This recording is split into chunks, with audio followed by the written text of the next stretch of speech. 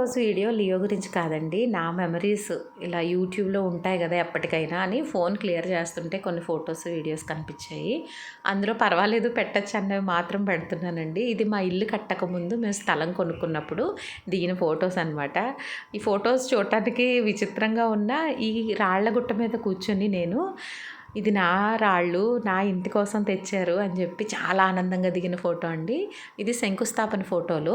Leo AD అని అడుగుతారేమో, వాడు అక్కడే ఉన్నాడు కానీ కారులో మా అమ్మాయి వాడు కూర్చున్నారండి శంకుస్థాపనకి. గట్టి గట్టిగా అరిచేస్తున్నాడు, విపరీతమైన వర్షం. మేము ఎవరిని పిలవలేదనమాట, మేమే చేసుకుందాం. ఎందుకంటే లోపలికి మాది, అందరూ అర్ధరాత్రి పూట వచ్చి ఇబ్బంది పడకూడదు, గృహప్రవేశానికి చేసుకుందాంలే అన్నట్టుగా ఎవరిని పిలవలేదండి.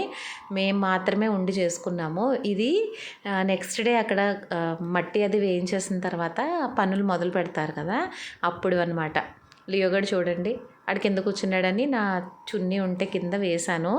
ఇదిగోండి, కొంచెం బేస్మెంట్ పైకి లేపిన తర్వాత ఫొటోస్. ఇవన్నీ కేవలం నా మెమరీస్ కోసం మాత్రమేనండి. అంత ఇంట్రెస్టింగ్గా ఏమి ఉండదు.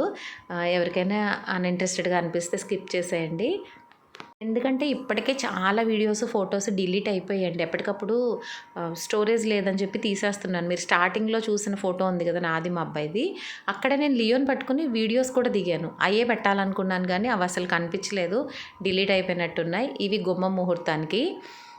ఆ రోజు యాక్చువల్గా మేము విజయవాడ మా అబ్బాయిని జాయిన్ చేయడానికని వెళ్తున్నాం అనమాట. అయినా సరే ఆ కాస్త పూజ చేసేసుకొని కంగారుగా వెళ్ళాము. అక్కడే మేము చాలా మెమరీస్ అయితే ఇల్లు కట్టకముందే వచ్చేసాయండి మాకు సొంత ఇంట్లో.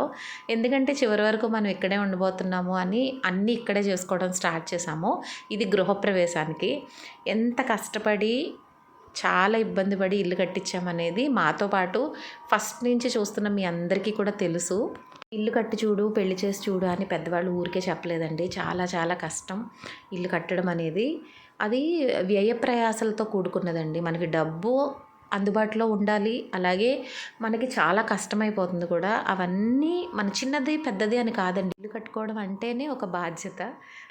దేవుడు చాలా చిన్న వయసులోనే మాకు ఇంత ఇల్లు ఇచ్చినందుకు నేను దేవుడికి ఎన్నిసార్లు థ్యాంక్స్ చెప్పుకున్నానో నాకే తెలుసు. ఇది అసలైన గృహప్రవేశానికండి. ఇప్పుడు కూడా మేము బంధువుల్ని ఎవరిని పిలవలేదండి.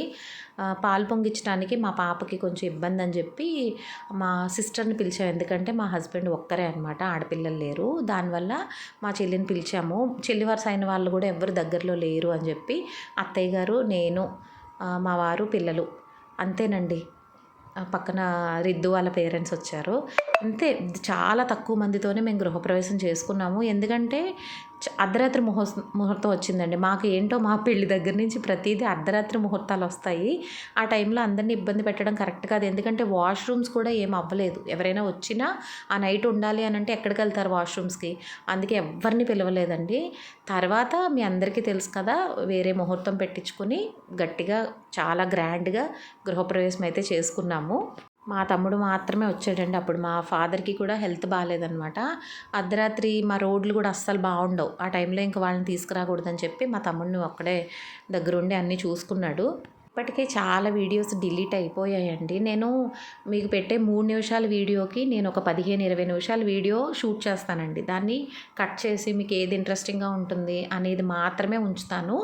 దాని గురించి అని చెప్పి చాలా వీడియోస్ డిలీట్ అయిపోయినాయి. అందుకనే ఇవైనా నాకు మెమరీగా ఉంటాయి అని చెప్పి పెడుతున్నాను. ఇది ఆల్మోస్ట్ ఒక 80% ఇల్లు అయిపోయిన తర్వాత వీడియో అండి.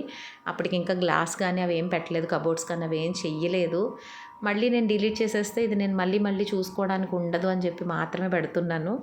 ఇప్పుడు ఇంత పెద్ద ఇంట్లో, ఇంత అందమైన ఇంట్లో మేము ఉంటున్నాము అని అంటే దానికి ఖచ్చితంగా మా పెద్దవాళ్ళ ఆశీర్వాదాలు, అలాగే భగవంతుడి దయ అండి.